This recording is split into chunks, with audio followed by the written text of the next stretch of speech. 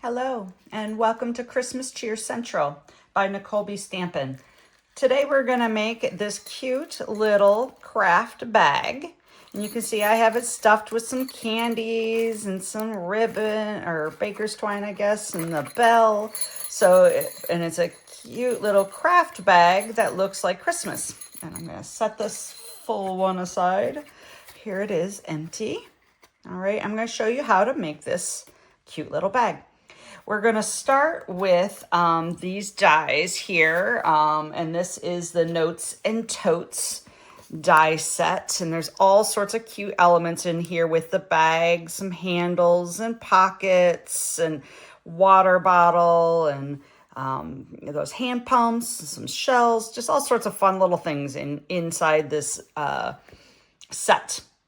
But what we're going to use is this die here for the bag itself. And this is Traditions of Christmas designer paper. And you can see I have it cut so that I can put not just one, but I can cut out a second one right from the same sheet of paper. And my blog post has the dimensions for you. And then I'm also out of this old olive here because it matches my designer paper. I'm going to do this cute pocket out of the paper, and then I'm going to do two handles for my bag. So you can see how the pocket and the handles are out of that green. Okay, so when I die cut those out, what I get is I've got the two bags and two handles and a pocket. So I have those all die cut out. And what I'm going to do is I'm going to show you how this comes together to make this cute little bag. All right. Okay. So on these, and it's really, really hard to see on this pattern, but there are score marks on here as well. Okay. And you can use any patterned paper and colors that you want to do this bag. It does not have to be these pieces, but this is just what I chose. So I'm going to fold along each of those score marks. So you can see how that side folds down. And this side folds down. And I got to kind of use my fingers to find those score marks because they are hard to see on this pattern.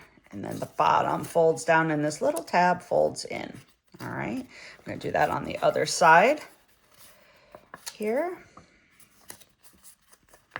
and here. All right, get this other side and my bottom tab. All right, got all my fold pieces. I'm going to set these aside. So for assembling this, I'm actually going to use tear and tape.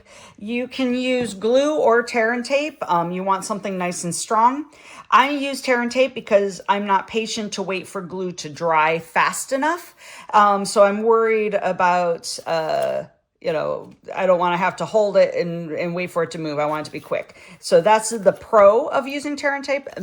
The negative of using tear and tape is that there's no room for error. Once you set it, you can't move it, where glue gives you that little bit of wiggle room. So that's really up to you and your decision on your style if you're using glue or tear and tape. What I'm going to do is I'm going to use tear and tape on this outer edge. So that little flap that I folded down. All right, and I'm just going right along that flap. So see, it's right on that flap here. I'm going to do the same thing on this flap on this side. Making sure I'm right on the flap and not inside it. So there's that flap. And then I'm going to put one along this bottom piece as well. All right, and that's just on one piece. So the other one doesn't get any tape, just the one. Okay, so here's what we're going to do here. I'm going to take the tape off of this side first. And what I'm going to do is I'm actually going to lay the tab from this piece to the tab on this piece, like right on top of it. I'm going to fold them together. And so this is where you got to have it perfect, or because there's no moving it once it's set. I'm going to do the same thing on the other side. So I'm going to remove my piece of paper here. And I'm going to line those tabs up. Right, as so. All right, so there's my my bag. And now I'm going to put together the bottom. And what I'm going to do here is I'm going to fold in the piece with the tape and the little tab. I'm going to slide that inside the bag. And I'm going to pull off the tape. And I'm going to do the same as I did on the others, the tabs. I'm going to layer the two pieces together. There we go. So the tabs go on the inside, and see the concept is they're folding, they're hiding this little hole a little bit so you don't have things fall out the bottom.